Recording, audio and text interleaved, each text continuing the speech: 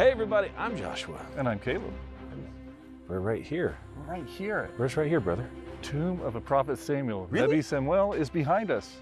It is him. Tune in to figure out what happens this week on Conquest of Canaan. Well, that's gonna be a cool episode. I've always wanted to see where his tomb was.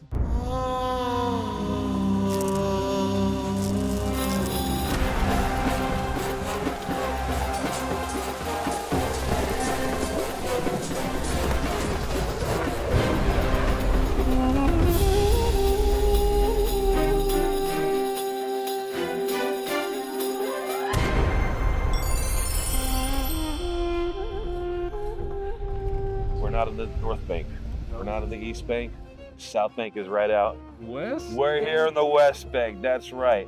This little area that Canaan never owned or was never promised. That's true. So they have no rights to it. Don't get yourself confused, because in today's day and age, this little contested piece of land, smaller than the size of New Jersey, everybody wants to talk about, everybody wants to claim, everybody wants to verbally attack or physically attack Israel for laying claim to what God already promised them. Heck, we even have fake humanitarian organizations known as the United Nations who sit there all the time with propaganda against Israel. Why is it that this tiny piece of land is so fought after? It's a spiritual war, Josh, and it's about the kingdom of darkness trying to take that which is promised to God's people. Now, the good thing is that the kingdom of darkness is hardly ever in agreement with one another. There is infighting amongst demons, everyone vying for the top high place to be the top dog. But of course, they come into agreement when it means to destroy their mutual enemy, which is Israel. I'm just saying, I think it could become an issue. All right, this is not just me saying it. Yeshua said it in Matthew 12:22-28. Kingdom divided against itself can't stand. Yeah. Right? He was talking to the Pharisees. He said, look, y'all guys are divided. You have to have unity. Yeah. Half the crew's drinking Coke, half is drinking Coke Zero. We have to be on the same page. And we know that sugar's not good for you. And I myself am drinking energy drinks, which is allowing me to have an exceptional performance. I just think we got to get on the same page. What does this have to do with what we're doing here? Oh, hydration. Unity. That certainly does help. And you look at this time period we're focusing on, Josh, in 1406 BC, the Israelites are coming in, and in Canaan, they used to have the overlords of Egyptians, their vassals, you know, that told them how much money they had to give to them and told them where they could do what and put whatever. The Egyptians were crippled by the Israelites coming out of Egypt. And now all these independent city-states and kings, they had to figure out what to do with this 2 million man army of Israelites coming in, and they were popping off cities left and right like King Sihon and Og. So they were getting scared, and I believe unity was what they finally came up with. Hey guys, let's all join together and take out those Israelites. Then it's settled. Everyone will start drinking that stuff from the toilet. What's it called again? Water? Yes. Everyone drinks water. I've spoken. Joshua 9:1-2. And it came to pass when all the kings who were on this side of the Jordan, in the hills and in the lowlands and in all the coasts of the great sea toward Lebanon, the Hittite, the Amorite, the Canaanite, the Perizzite, the Hivite, and the Jebusite, heard about it, the destruction of Ai and Bethel, that they gathered together to fight with Joshua and Israel with one accord. This is al-Jib. This is where Gibeon was, somewhere amidst all these rocks. Well, it's interesting, the Gibeonites were a different breed than the Canaanites, Perizzites. They were Hivites, which they were still listed in the nations that the Israelites had to wipe out. And there are 4 Hivite cities in this area. Gibeon was one of them. And they were known as the royal chariot cities. They were powerful. They had the amazing chariots, they had the horsemen, they had tons of wealth, and they were some of the most powerful and violent in the area. So they were feared above all else. So it's kind of ironic when you get to the point that they are afraid of the Israelites coming, and they see all this perpetual destruction that the Israelites have wrought. Now they're like, are we gonna stay in that unified bond with the other Canaanites, or are we gonna try to make peace with these Israelites that are coming? Indeed, you know, when you look at the blood-spattered canvas of human history, so violent, so much drama and trauma, PTSD all across, even today. It's, you know, some of my friends that are soldiers go through extreme PTSD, can't sleep at night. But I just think of all the way back to Canaan. We're in the land of Canaan, and this Gibeon in Judea and Samaria. so amazing that here the Gibeonites, one of the most powerful tribes in the area, wants to submit unknowingly not only to Israel but to the God of Israel as servants. Yes. And they're about to make an agreement to do that, as powerful as they are. So they humble themselves, unlike Pharaoh. I can't wait for them to uncover all this and see what's the going to history happen under next. our feet. Joshua 9, 3-4 and verse 6. But when the inhabitants of Gibeon heard what Joshua had done to Jericho and Ai, they worked craftily and went and pretended to be ambassadors. And they went to Joshua, to the camp at Gilgal, and said to him and to the men of Israel, We have come from a far country. Now therefore make a covenant with us. Oh, this is pretty cool. You know, in a world full of lemmings, I do have to applaud the Gibeonites for coming up with a different plan. You know, you look around that time period and everybody's like, oh, wait. The Israelites, they got a God that's really strong. Let's all group up together, and then there's no way he can destroy all of us. And then they get destroyed. The Gibeonites, they have, what about this? What if we pretend to love their God and trick them and make an alliance with them? You know, when they go to Joshua and whatnot, that's the plan. They pretend to be weary travelers. They showed evidence of that. They showed worn-out sandals, old moldy bread, and they showed their wineskins that were all parched. Guys, we're in a winery right now. Right. See all these holes? There's 38 of these that's been discovered around Gibeon. Gibeon was famous for their wine. They say something like 40,000 gallons each. The capacity of these that held a lot of wine, they would age them down here. So that's a lot of wine. Hey, you keep your straw out of that vat, brother. Joshua 9, 22-23. And Joshua called for them, the Gibeonites, and he spoke to them, saying, Why have you deceived us, saying we are very far from you, when you dwell near us?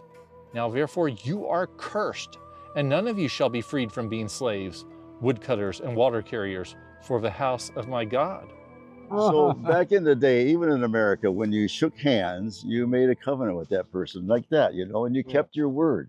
And there was a time when business was done like that. But keeping your word, even under difficult situations where you think, oh my goodness, have I made a mistake here? And they made the covenant in the name of God. Yes. They made sure in the name of God. So even though God told them not to do it, they broke God's commands. Now God was going to have to back them up, you know. So God, it shows how much honor there was in keeping your word. Your word's your bond. Numbers 30, 1-2. Moses said to the heads of the tribes of Israel, This is what the Lord commands. When a man makes a vow to the Lord or takes an oath to obligate himself by a pledge, he must not break his word, but must do everything he said. Well, it's interesting. In 2 Samuel 21, 1-11, God had to avenge the curse that Saul established by breaking the covenant with the Gibeonites. God was going to back it up. So 3 years of famine in Israel, David's like, what's going on, God? He said, the house of Saul was bloody house. He tried to kill off the Gibeonites. So this is what David had to do. He had to take 7 of Saul's relatives, but he spares, obviously, for the sake of Jonathan's relationship with him, the descendant of Jonathan, takes 7 of his male relatives, hands them over to the Gibeonites. They kill them and lay out their dead bodies before the Lord so that the curse can be broken, because that is how important the word of your covenant means to God, that he will always back it up. The Bearded Bible Brothers is an outreach of Zola Levitt Ministries. Visit levitt.com to subscribe to our monthly newsletter, The Levitt Letter, or call 1-800-WONDERS. Check out our resources we have available on our online store, or learn more about our tours to Israel, Greece, and Petra. You can also visit beardedbiblebros.com to subscribe to weekly digital updates through email and watch our online videos and content. Your donations and love gifts help us continue our mission to bring the gospel to the Jew first. We thank you for your faithful support. Wouldn't you like to stop blowing monthly fees on pagan entertainment? Yeah. Well, how about spreading the gospel of Yeshua while getting a bunch of cool stuff? Heck yeah. Then join the Bearded Bible Bonanza on Patreon, where you'll see the brothers continue their teachings with never before aired content that pagans don't want you to see. God bless their souls. Joshua 10, 3-5. Therefore Adonizedek, king of Jerusalem, sent to Hoham, king of Hebron, Piram, king of Jarmuth, Japhia, king of Lachish, and Debir, king of Eglon, saying, Come up to me and help me, that we may attack Gibeon, for it has made peace with Joshua and with the children of Israel. Therefore the 5 kings of the Amorites, the king of Jerusalem, the king of Hebron, the king of Jarmuth, the king of Lachish, and the king of Eglon gathered together and went up, they and all their armies, and camped before Gibeon and made war against it. Gibeonites are in a bad situation. Now, they're pretty tough dudes on their own, but the Amorites, there's a whole bunch more of them, and they're threatening these dudes. And so the Gibeonites are like, hey, I could use Joshua's help on this one. We got to get Josh to help us. And so they're sending out some guys like, quick, go ask Josh. Can he come over here? I've seen his beard. I've seen his biceps. This man and his army, he can help us. That's the big question, after that deception, is Joshua going to answer Right. the call?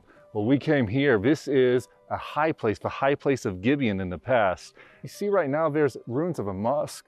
Well, it's a modern mosque that was built in a modern synagogue. They're like split together. They're one in the same building, and they were built on top of a Crusader church, which was built on top of a Byzantine church, which was built on top of Roman ruins, which was built on top of Hasmonean ruins, which was built on top of the place where the tabernacle once stood. And now it's believed that this is the tomb of the prophet Samuel. You think when the Crusaders show up here Yeah. in 1099 That's correct. out of England, and the great Richard the Lionheart, and then I guess Robin Hood's over there, whatever, the whole story.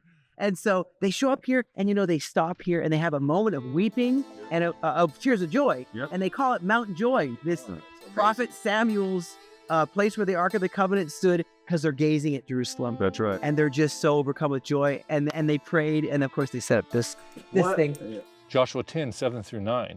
So Joshua ascended from Gilgal, he and all the people of war with him, and all the mighty men of valor. And the Lord said to Joshua, do not fear them, for I have delivered them into your hand. Not a man of them shall stand before you. Joshua therefore came upon them suddenly, having marched all night from Gilgal. That puts Josh in a bad way, right? He's in charge of a lot of people. These guys just totally disrespected him. And in fact, he kind of, mouthed off a little bit saying, there's going to be curses on you. Look at this. And so now, 3 days later or something like that, they're like, please help us. We're so sorry. It's a rough position to be in as leader when you're having these things, because you're torn between having the character of God and doing what he wants, and then having your human, emotions go, but no, they cannot be trusted. But God assures him, keep your word. It wasn't an easy word to keep, because they were at Gilgal, which is 900 feet below sea level, 30 miles from here. They had to march through the night, the scripture said, up to 2,400 feet above sea level. We're at 3,000 feet above sea level. And, Google Maps told me it was going to take 10 hours for me to march to Gilgal. I don't like that. But they stayed faithful after being awake for 24 hours to continue through the night till they're 36 hours awake to show up to fight a massive battle. Right, That's not a crazy. burger and a relax. It's a Yes. battle to fight. Yes. I mean, I had a very similar experience in some ways. I could identify with Joshua, and I would repeat that to myself, Joshua's words, which is really Moses' challenge, be Yes. strong and very courageous. In Hebrew, chazak ve'ematz. Funny thing is, no matter what the generation and no matter what's stacked against you, the one thing between the success or the failure is the decision. It's the one Yes. choice. Joshua 10, 10 through 11. So the Lord routed them, the Amorite kings, before Israel, killed them with a great slaughter at Gibeon, chased them along the road that goes to Beth Horon, and struck them down as far as Azekah and Makkedah. And it happened, as they fled before Israel and were on the descent of Beth Horon, that the Lord cast down large hailstones from heaven on them as far as Azekah, and they died. There were more who died from the hailstones than the children of Israel killed with the sword. All right, guys, the Israelites are now chasing these Amorite kings. They're thrown into confusion, chaos, like God always does, throws the enemy into confusion. Now, al-Jib behind me, the area of Gibeon, and way off in the distance, that's where the entrance to the valley of Ayalon is, and they chased them that way, and they thought they were going to get to their cities in time to be protected. It was a cross-country chase after the Israelites just hiked 30 miles in the middle of the night. They were marching, and now they have to chase them further, and that's a 20-mile long valley. That's crazy. I mean, do you realize that God helped them yet again? I mean, the sun hadn't stood still yet. This is beforehand, Yes. right? But this is where God sends hailstones. That's right. And if you look at the Hebrew, which is interesting, Yes. it doesn't say barad. Whenever we have hail, sometimes, very rare we get hail in Israel. Anyway, that's a miracle in and of itself, okay? But it wasn't hailstone. The word barad is hail, Yes. but then avanim is literally rocks. It could have been a meteor shower, like rocks Whoa. mingled with fire, like an end of days scenario, hitting these 5 Amorite kings and all their armies, so that we can have victory and have aliyah victory as we're entering the land, making aliyah. People forget that God is going to do signs in the heavens again. Amen. What makes this moment so special in my mind, we hear stories like this throughout history, from your story to everybody else, where God shows up, God makes a choice, God intervenes. But if you look in Joshua 10:14, it specifically says, never was there a time before or after in history that God listened to a human. Joshua 10:12-14. On the day the Lord gave the Amorites over to Israel, Joshua said to the Lord in the presence of Israel, Sun, stand still over Gibeon, and you, moon, over the valley of Ajalon. So the sun stood still, and the moon stopped, till the nation avenged itself on its enemies. As it is written in the book of Jasher, the sun stopped in the middle of the sky and delayed going down about a full day. There has never been a day like it before or since, a day when the Lord listened to a human being. Surely the Lord was fighting for Israel. Okay, we're good. He's got the sun and moon.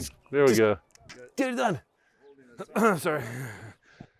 Well, I can see how that would be a little overwhelming.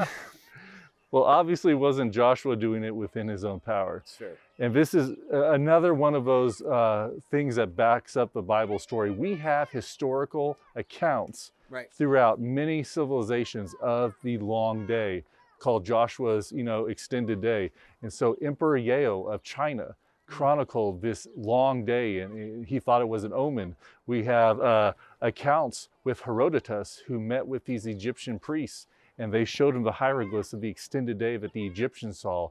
We have Babylonian accounts, Inca, Maya, all these ancient civilizations. They saw this long day and they thought it was a bad omen. Why did they think it? Because they worshiped the sun and moon goddess, just like the Canaanites. So imagine being the Canaanites, you're seeing that this God Yahweh holds more power than your sun and moon god, and they knew things were bad for them. I mean, no God had ever done that before in history. But here, the one true God does that. And imagine, this is God upholding the word of his power. I don't know how he did it scientifically with the laws of physics or whatever he did, but he cared about his covenant so much with the Jewish people that he was willing to freeze time itself for their sake, for their victory. It's a shame that we don't have any more sources to validate that this actually happened. We only have every civilization that was around. Yes. Joshua 10:20. So Joshua and the Israelites defeated them completely, but a few survivors managed to reach their fortified cities. Verse 22-25. Joshua said, open the mouth of the cave and bring those 5 kings out to me. So they brought the 5 kings out of the cave, the kings of Jerusalem, Hebron, Jarmuth, Lachish, and Eglon.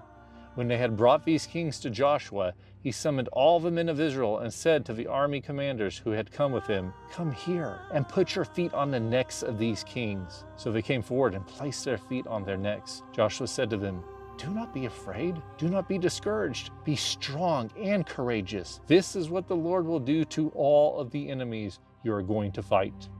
I love this epiphany that Joshua finally has after the sun stands still, they win the battle, the moon stands still. I mean, that's got to be a confidence builder for anybody. But it wasn't just that it was a confidence builder for this one battle. He finally had the epiphany that he had nothing to fear. Yeah. Satan uses fear as his primary mode to keep us outside of the Father's will. And why is fear so dangerous to us? Because fear is the antithesis of love. And the Father is love. It isn't that he brings love or he gives love. He is love. And so if you're operating out of fear, you cannot be in love. And henceforth, you cannot be in the Father. And he said, no, my perfect love casts out all fear. That's not what he said in the moment, but what he realized right now, what Joshua realizes, is that I don't have anything to worry about because the Father has put Satan's neck underneath my feet. And if he's done it for me, he's going to do it for my commanders, and he's going to do it for every single person in Israel. And as a good leader does, he wanted to grab all his boys who were in charge and be like, all right, regroup, new plan. God puts neck down, neck goes here, foot goes here, step, and done. And that's how simple it is. Stop worrying about your idea, how we have to do all this. That's how it's going to work. When I look at this, guys, I see a picture that we can obviously apply to our lives today, is that God originally told the Israelites to wipe out everyone in Canaan. That included these Hivites, the Gibeonites. But because of Joshua's word of promise, God had to back up Joshua's covenant and his word. So now these Hivites are grafted into the Commonwealth of Israel. And in the future, they end up becoming some of the most loyal to Yahweh, to the God of Israel, when the other Israelites are falling into sin. And so I think that's what God wants to do today to all people. We're not anti-Palestinian or Jordanians, Egyptians here. We are pro God's covenant promise to Israel. And those people can be grafted into the Commonwealth of Israel. That means you can live together, we can be friends, we can be family. But you have to back up that first part, accept Yeshua, believe his promise, and then we're all family. Romans 16:20, the God of peace will crush Satan under your feet shortly. Man, what a story, Josh. You know, I think it's time to go into the phase where we talk about Satan's plans throughout history to conquer Canaan. Last week we talked about the Assyrian Empire, and they dispossessed the 10 tribes. It was awful. This week, Babylon. Oh man, that's a really bad one too. We're gonna have to head back to Jerusalem for that one. Well, it's easy because Jerusalem is right there. Oh yeah. Jeremiah 27:6-7. Now I will give all your countries into the hands of my servant Nebuchadnezzar, king of Babylon. I will make even the wild animals subject to him. All nations will serve him and his son and his grandson until the time for his land comes. Then many nations and great kings will subjugate him. The Neo-Babylonian Empire rose from the ashes. It was actually Nabopolassar, Nebuchadnezzar's father, who wanted to bring Babylon back to the greatness of a former Babylonian Empire. And everyone knew how strong and powerful it was back in the day, of course, around the time of Nimrod, but it had seen its share of difficulties. In fact, at this moment in time, Assyria ruled most of the known world, and it held Babylon in subjugation, and they desperately wanted to be free. What happens is Nabopolassar joins an alliance with the Medes, marrying off his son Nebuchadnezzar, so that they can gather a large army, create a rebellion, which succeeds. It ends up concluding in 612 BC at the Battle of Nineveh, where he finally decimates the Assyrian army once and for all. Then Babylon started to conquer all the regions of Assyria, taking over most of the known world. It would come to Judah territory much later in time, but thanks to the obedience of King Josiah, God held him off, staved him off long enough until Josiah's death. And then comes Babylon to subjugate the Jewish people. That's why we returned here to Jerusalem for the ultimate showdown of showdowns. A 30-month siege of which Babylon would finally overtake, finally storm the walls, and most of all, the Temple Mount. Jeremiah 25:11-12. This whole country will become a desolate wasteland, and these nations will serve the king of Babylon 70 years. But when the 70 years are fulfilled, I will punish the king of Babylon and his nation, the land of the Babylonians, for their guilt, declares the Lord, and will make it desolate forever. Now, during the short time that Babylon would control the known world, they made several advancements in their dominating strategy, if you will. You know, before the Assyrian Empire, they would take nations and they would resettle them into Assyrian lands. Babylon did that, of course. They took the Israelites or the Judeans captive and resettled them in regions in Babylon. They installed vassal kings to rule in those territory and moved Babylonians in those territory to maintain loyalty, even though there's a small fraction of Jews that did stay behind. But what they really ingenious method that Nebuchadnezzar instituted was he wanted to take the princes, the royalty, and the people of the Jews, take the best of the best to Babylon and program them, if you will. Shadrach, Meshach, and Abednego, Belteshazzar, those were Babylonian names given to Daniel, Hananiah, Azariah, and Mishael. And this was all part of teaching them the Babylonian language, teaching them the customs. They would eat the food. They would learn the mannerisms. They would essentially become Babylonian. And thus they would have these new loyal vassals that would maintain and never rebel against their rule.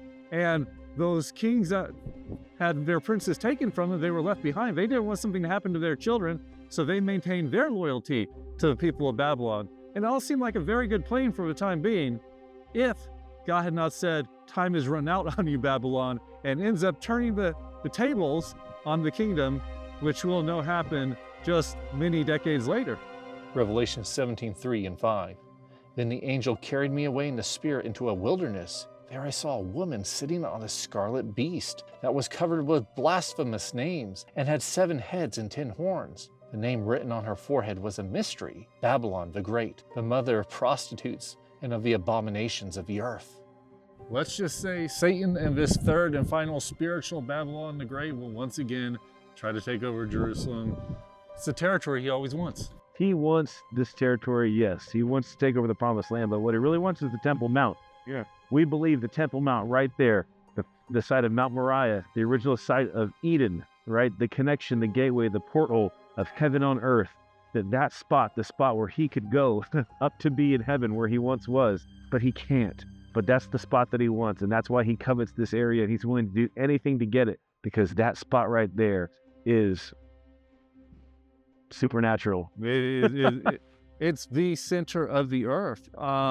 And he knows it. And all the antichrists throughout history have known it, whether it was Sennacherib or Nebuchadnezzar, Amenhotep II. All these people wanted the territory of Canaan proper, but Mount Moriah, Satan knows that's where Abraham nearly offered his son Isaac as a sacrifice, and he knew the prophecy concerning all this would be fulfilled one day. He didn't quite know exactly what it meant and how, but it all points back to his original sin of pride and rebellion and his desire to sit upon the highest mountain.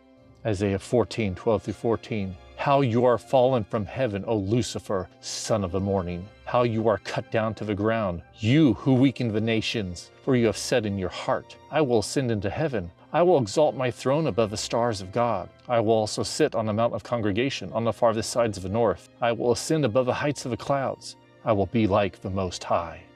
Satan will never stop trying to ascend the mountain of God, even in the future, but we know what happens. We know the end of the story. If you don't know, you can flip to the end of the book, or tune to our past series called Roadmap to Armageddon, where we lay out the chronological order of events that lead to the end of time. This show has one specific purpose and one purpose only, and that is to lead as many people to Yeshua before the end of times as possible. You see, once that happens, once he comes back for his bride, it's too late. It's your time today. Also, God's called some of you to donate financially. This ministry, our ministry together, we are working on all of this based off of what you guys do. So it's time right now to make a choice what you're going to do for eternity, whether you are going to be a part or whether you're going to sit on the sidelines and watch the action happen. But I promise you this, when it's all said and done, you want to hear, well done, my good and faithful servant. And all that takes is you being faithful to whatever he's called you to do. Check out next week's episode. As it comes out, we're going to be visiting Hazor. Hazor, yeah. Hazor, I never pronounced it right, but I never pronounced anything right. So, until then, we say, Shalom, Shalom, Jerusalem. Pray for the peace of Jerusalem.